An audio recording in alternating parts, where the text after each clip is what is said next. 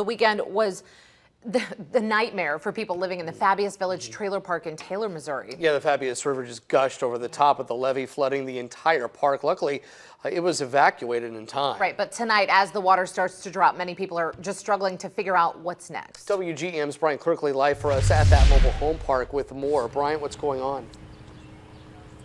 Well, Leslie and Jean, if you guys look behind me, you can see that several of these homes are still in the water tonight. And earlier today, there were the residents that could get to their homes were trying to salvage the last of their belongings.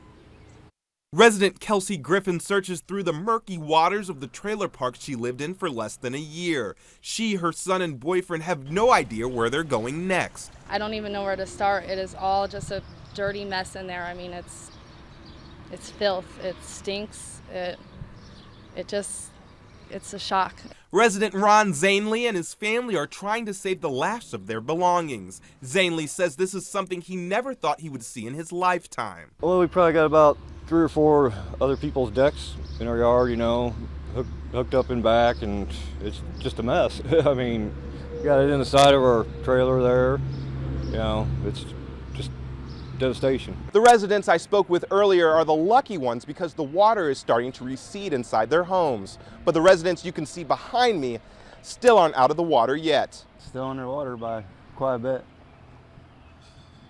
A lot of damage to it. Travis Kaltenbach, his wife, and 2 little kids have lost almost everything, and he's still in disbelief. It was overwhelming by far.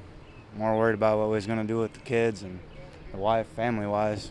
Griffin says she has some advice for anyone living near a river. Pay attention to heavy rain and the levee nearby. Don't start a few hours before it's gonna break because you want to be prepared. I wish I would have had just a half a more day to get everything. I really do. Now, some of the residents I spoke with say they don't know if they'll ever live next to a river again. And some residents say that they love it here and they'll never leave. Reporting live in Taylor, I'm Brian Clerkley, WGEM News.